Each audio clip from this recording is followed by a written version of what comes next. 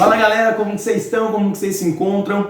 E hoje eu quero falar para vocês como tem sido o meu trabalho aqui no Conselho Tutelar. O que eu tenho vivido já faz 1 ano e 6 meses, vai completar agora dia 10 de junho, 1 ano e 6 meses de trabalho, 1 ano e 6 meses que vocês me elegeram para ser conselheiro, e eu sou muito grato às 178 pessoas que foi naquele domingo, que teve muita gente para votar em mim. E eu agradeço vocês, mas eu quero contar como está sendo essa experiência, porque todos vocês pedem no canal, conta como está sendo o seu trabalho no Conselho Tutelar, como que está sendo essa vivência aí, e eu nunca contei isso para vocês, mas hoje eu decidi fazer um vídeo para compartilhar com vocês como tem sido o meu trabalho no Conselho Tutelar e como eu tenho compartilhado Jesus através dessa profissão, porque a gente sabe que toda profissão glorifica a Deus. E o Conselho Tutelar não é diferente, a gente não vai deixar de glorificar Deus porque é um conselheiro tutelar, não é verdade? Então, eu quero falar sobre isso com vocês hoje. Primeira coisa, que foi algo que eu pensava que era e não era. Eu achava que eu ia ser o salvador de crianças e adolescentes. Que eu ia ir nos baile funks, tirar os adolescentes de lá, que eu ia ir nas bocas de fumo, onde tivesse um adolescente vendendo drogas, e eu ia lá tirar ele de lá. E não é bem assim que as coisas funcionam na prática. Na verdade, o Conselho Tutelar ele segue o ECA, o Estatuto da Criança e do Adolescente. E no ECA está previsto que é prerrogativa dos pais ou responsáveis, do Estado ou da sociedade civil, dar direitos, preservar e guardar os direitos da criança e do adolescente. Então, a primeira pessoa que tem que zelar por eles é os pais. Na falta dos pais, quando os pais se ausentam, quando os pais negligenciam esse direito dos filhos, aí o Estado entra, ele tem que fornecer direitos para essas crianças, ele tem que guardar o direito dessas crianças e adolescentes. E na falta, quando o Estado negligencia isso, a sociedade civil, pessoa de qualquer natureza, pode ajudar e zelar pelo direito da criança e do adolescente. E eu achava que era tipo assim, um super-herói na rua lutando contra o crime. E não é assim. Muitos casos que a gente atende aqui no Conselho Tutelar, muitas vezes são de polícia. Por exemplo, são atos infracionais. E eu vinha com aquela coisa assim, vou mudar o mundo, sabe? E não é bem assim. Quando você chega aqui, você sabe que, por exemplo, como que funciona o trabalho do Conselho Tutelar, onde ele atua? Alguém faz uma denúncia, mediante as denúncias que o Conselho Tutelar aqui em Piracicaba ele atua, e acho que os demais também. O filho está sendo espancado pelos pais.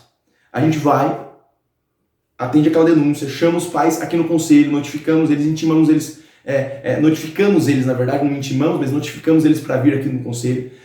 Conversamos sobre essa denúncia, fazemos visita de constatação, vamos lá no lugar para ver se isso mesmo está acontecendo. Às vezes, se a criança tiver idade, a gente chama separadamente a criança dos pais para conversar.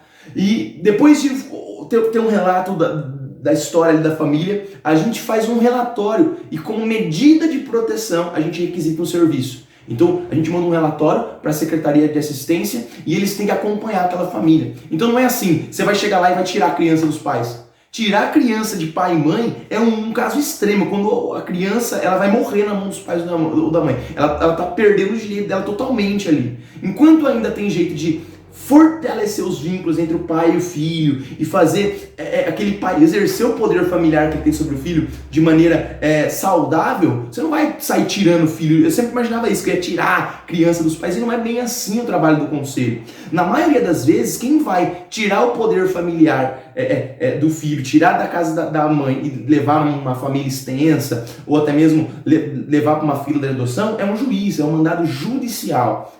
E a maioria das situações, às vezes o Conselho Tutelar ele entra, ele tira uma criança ou adolescente de um lugar e leva para um outro lugar na família, tipo, leva para tia, para avô, tira dos pais, um exemplo, apenas de maneira provisória, é para sanar um risco que a criança ou adolescente corre ali no momento, mas depois quem vai decidir, geralmente, com quem essa criança vai residir, vai ficar, é o juiz, mediante uma determinação judicial. Então eu achava que eu ia ser o salvador de crianças, e na prática não é bem assim. Na prática é muito mais burocrático, e a gente tem que entender muito de leis, porque quando a gente é leigo em leis, a gente acaba fazendo coisas que não tem nada a ver, A gente vem e aprende muito. Eu aprendi muito com a coordenadora do nosso conselho, a Milene, nos ensinou muito a ter um feeling muito bom, do Rodolfo, que tem um feeling excelente, já está há 8 anos de conselheiro, ele tem muito feeling para lidar com o assunto. Então eu fui aprendendo as coisas. Então é muito mais você requisitar o serviço público, você pôr o sistema de assistência para trabalhar pelaquela comunidade, do que você ir fazer as coisas. Por exemplo, o Conselho Tutelar, ele não vai acompanhar aquela família. Acompanhar no sentido de ir lá na casa todo dia, ver como que tá, acompanhar a melhora daquela família. O Conselho Tutelar vai requisitar que uma assistente social e uma psicóloga, que eles trabalham em duplas, faça isso, né? Então a Secretaria de Assistência vai acompanhar aquela família através do CRAS, do CREAS. Então a gente vai onde tem violação. Por exemplo, tem outras negligências. Negligência com a educação, a criança não está fazendo lição, não está entregando, a criança, evasão escolar, a criança não vai mais para a escola, a gente vai e puxa o pai. O pai é responsável quando a criança não está tendo acesso à educação. Agora, uma pergunta que me fazem muito, e violência sexual? Como que funciona? Recebeu denúncia de violência sexual, é suposta violência sexual, a gente não sabe se é verdade ou não, vai para um fluxo de violência sexual no município. Então o município tem uma regra, chegou denúncia de violência sexual, você vai chamar a pessoa aqui.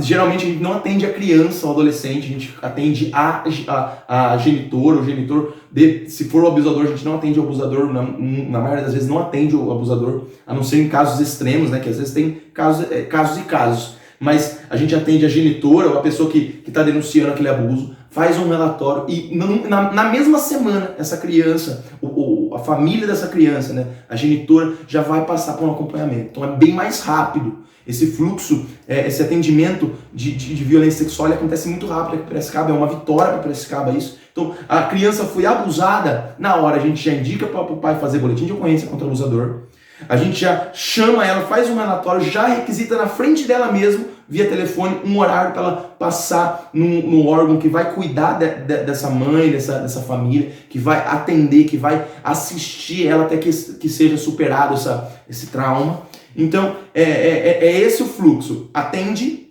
denuncia o abusador, porque não adianta nada você ficar tratando a criança e não responsabilizar o abusador, porque o abusador vai continuar existindo se não tiver consequência pro erro dele. Então, o Conselho Tutelar atua nessas situações, quando há vulnerabilidade da criança e adolescente, quando há risco, violação de direito, aí ele vai lá e cobra para que seja dado esse direito à criança e adolescente. Ele cobra para que se forneça o direito. Ele cobra para que o pai guarde o direito da criança, porque a primeira coisa, irmãos, que a gente tem que entender é que o pai e a mãe é o que mais quer que o filho seja guardado, que o filho seja protegido, que o filho tenha os seus direitos adquiridos, preservados. Quando o pai e a mãe falham nisso daí, aí a cadeia ela vai se deteriorando, porque o Estado ele não é preparado. Por mais que a gente tente, o Estado não é preparado para ajudar a criança e adolescente. Ele tenta, ele tem profissionais, mas ele não consegue. Ele não tem perna para atender todo mundo. Por isso que eu sempre falo, invista em família, invista em pai e mãe. Porque quando você investe em família, você está dando um benefício para o Estado. Porque quem tem que primordialmente zelar pelos direitos da criança e adolescente são os pais. Então quando você investe em família, você está já prevenindo um monte de outros problemas, né?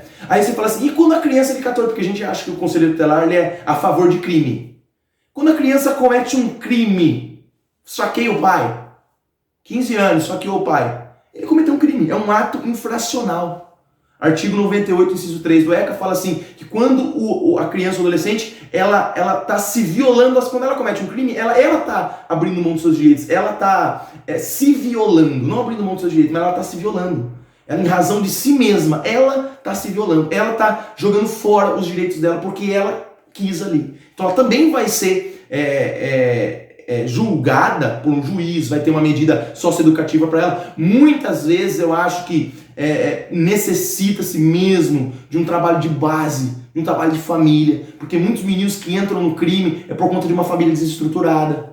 Então, a criança cometeu um crime, o adolescente cometeu um crime, é claro que ela não vai ser julgado igual adulto.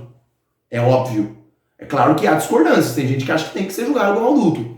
Mas a lei é que ela não vai ser julgada como adulto, mas ela não vai sair impune do que ela fez.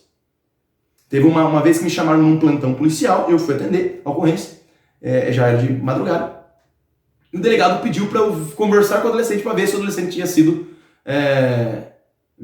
se a polícia fez certinho a ocorrência, bateu nele ou não.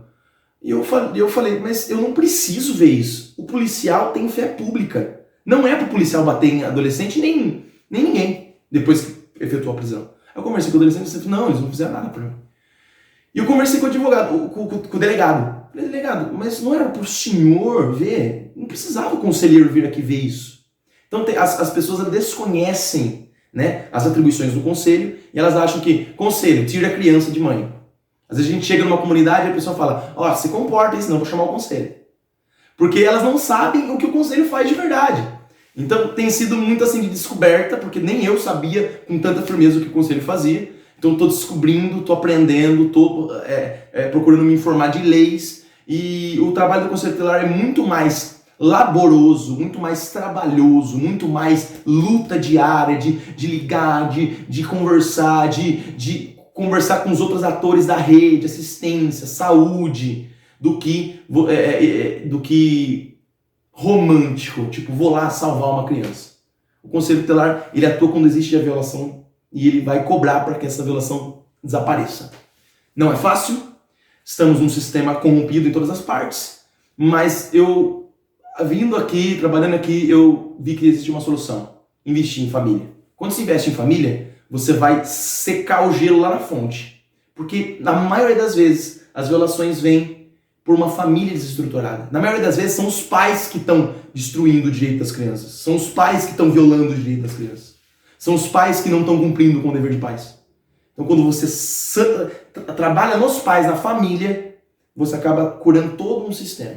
Então, essa tem sido a minha experiência como conselheiro tutelar e estou muito feliz por representar a sociedade no cuidado, na proteção da criança e adolescente. Que Deus abençoe. Se você se informou com esse vídeo, gostou, compartilhe, deixa um like para mais pessoas verem esse vídeo. E é isso aí. Deus abençoe.